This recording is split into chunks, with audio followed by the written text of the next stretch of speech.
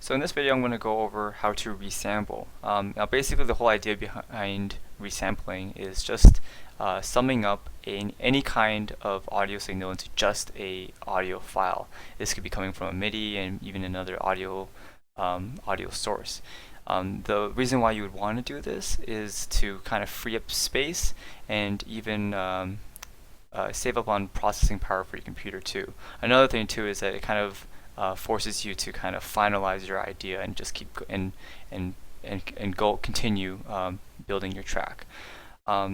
So right now I have a kick sample that's actually layered with 3 other kick samples, each of them to fill out a certain part of the kick. So I have an attack, I have a body, and I also have like a bass to kind of like give it that extra oomph.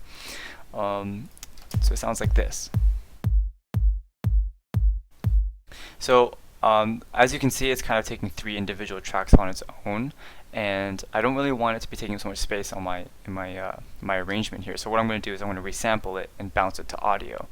So the first thing I'm going to do is I'm going to highlight them all, just clicking them, shift click, and then right click, and then on the drop down menu I'm going to select group tracks. I can also do Control G, and I'm going to name this group kick group. And also make it green. You don't have to make green, but I just like green. And then I'm also going to make a additional audio track, and I'm going to name this one kick. Oops, I'm going to name this one kick sum. I'm going to make this one pink. I'm going to go into my my session view, and right over here I'm going to click. I'm going to send the audio to the kick sum. You can also do this in the arrangement view as well, but I wanted to show the audio to part, so that way it kind of like shows you visually that the audio is from the group, which is summed up of all these 3, is going to go towards this kick sum track that we have here. And I'm just going to set the monitor to in, and this way it'll be monitoring any incoming signals that's being routed towards it. I'm going to select record, and I'm just going to solo the group track now. And I'm going to record our clip.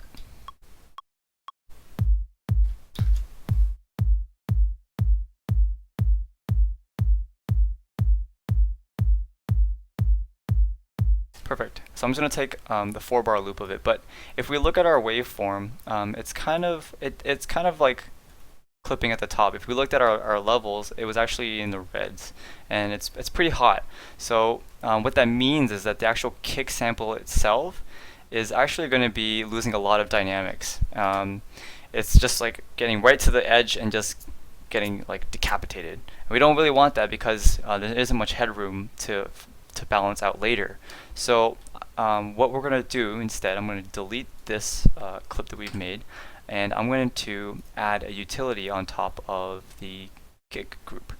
And the reason why I'm going to do that is because I'm going to actually bring down the levels to adjust it, so it's not going to be so it's not going to be too strong. Now you can also use the track volume on the mixer, but I like to leave that as kind of like my marker, and I like to adjust it with the utility and adjust the gain that way. So if we look at our signal now, I'm just going to hold control to get a fine tune and just drag it down a little bit. And you can watch the levels kind of coming down, and I'm going to set it to just about a little bit less than 0 dB on the mixer there, and that's okay. So I like the levels there. Now I'm going to record it again, our new kick clip.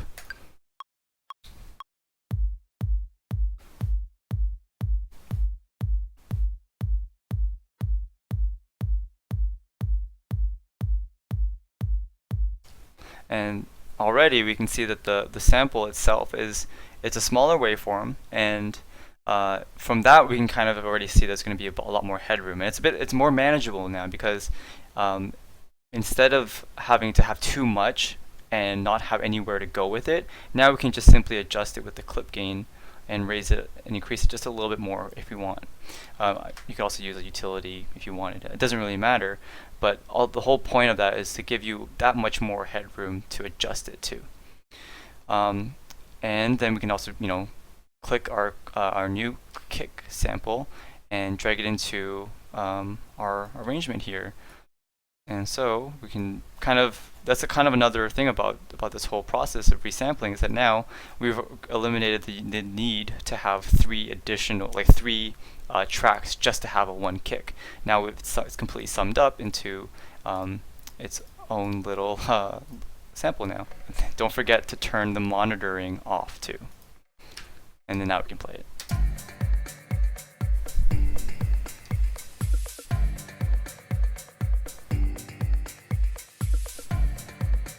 Okay, so that's just a quick idea on how to resample. You would change the warping to Complex Pro as well to kind of give you a bit more of a fuller sound. But at this point, I just wanted to show you how to resample. You can do it all within the session view or in the arrangement view. What I wanted to show you was that you can kind of like flow between them, and you can do the resampling process in the arrangement view and also the session view. So that's basically the whole idea behind resampling. And bye.